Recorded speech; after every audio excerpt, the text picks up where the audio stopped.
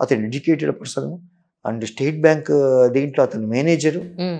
అతన్నప్పుడు నేను ఆల్మోస్ట్ ఒక half an hour council చేశాను. బాబు ఇది హార్ట్ అటాక్ ఏదంటే మీ డాక్టర్లు అని చెప్తారు సార్ ఇది ఊటి గ్యాస్ ట్రబుల్ అంటే.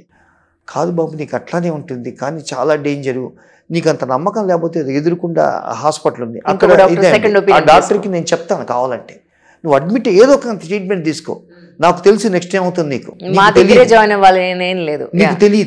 నీకు తెలియదు నాకు తెలుసు. లేదంటే అలా అని చెప్తానని చెప్పారు. వాళ్ళ మిస్సెస్ కూడా చెప్పలేదు. యాక్చువల్ మిస్సెస్ని తీసుకురమ్మన్నాను.